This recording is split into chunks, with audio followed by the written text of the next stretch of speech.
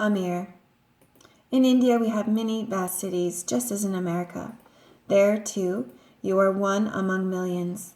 But there, at least, you know your neighbors. Here, one cannot say that.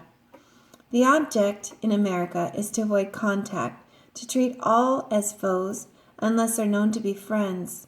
Here you have a million crabs living in a million crevices. When I saw the garden for the first time, so green among the dark brick buildings, I thought back to my parents' Persian rug. It showed climbing vines, rivers and waterfalls, grapes, flower beds, singing birds, everything a desert dweller might dream of. Those rugs were indeed portable gardens. In the summers, in Delhi, so very hot, my sisters and I would lie upon it and try to press ourselves into its world. The garden's green was as soothing to the eye as the deep blue of that rug.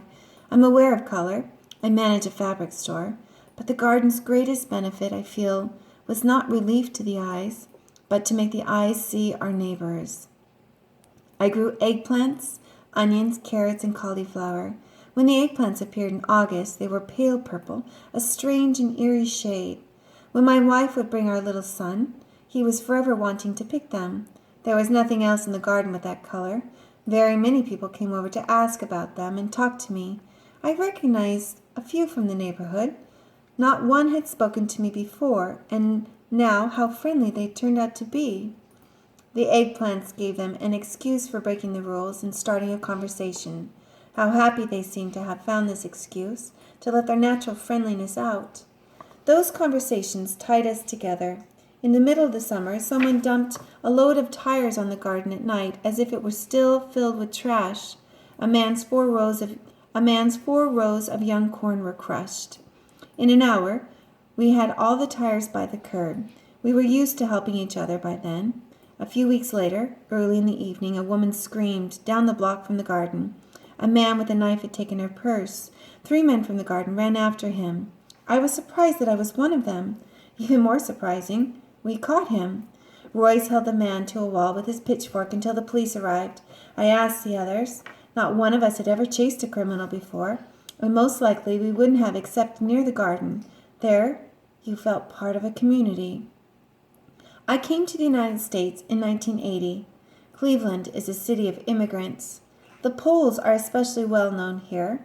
I'd always heard that Polish men were tough steel workers and that the women cooked lots of cabbage. But I'd never known one until the garden.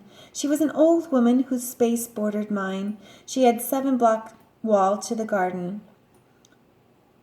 She had a 7-block walk to the garden, the same route I took.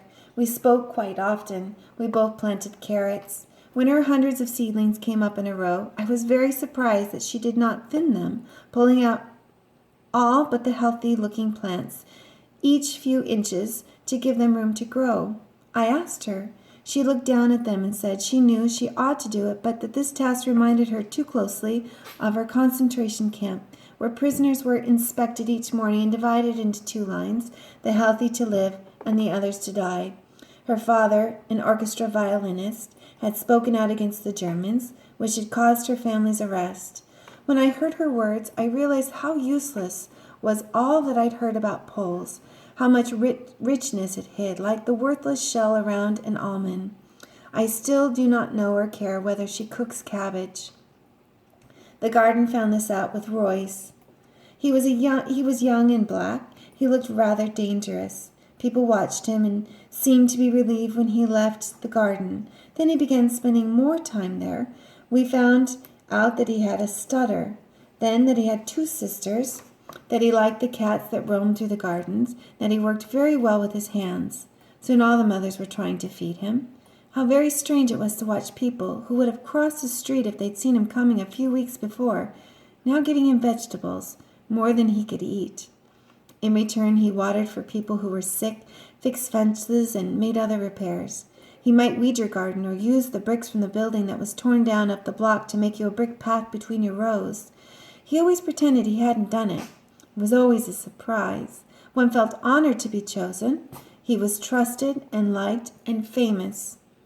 After his exploit with the pitchfork, he was not a black teenage boy. He was Royce. In September, he and a Mexican man collected many bricks from up the street and built a big barbecue.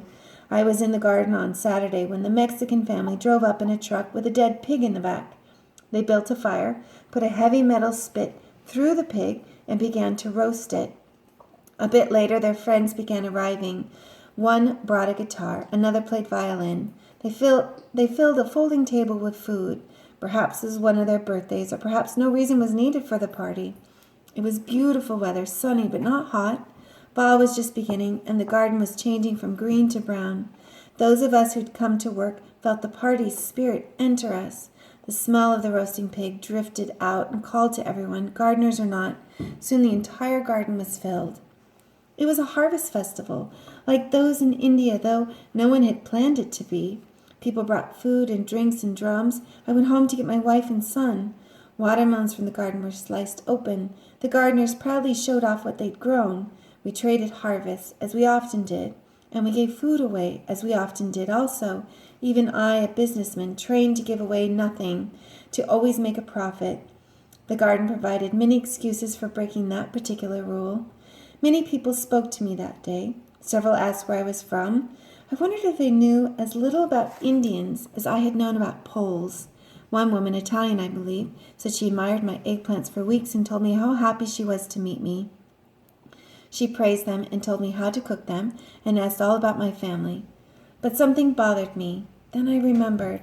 A year before, she claimed that she received the wrong change in my store.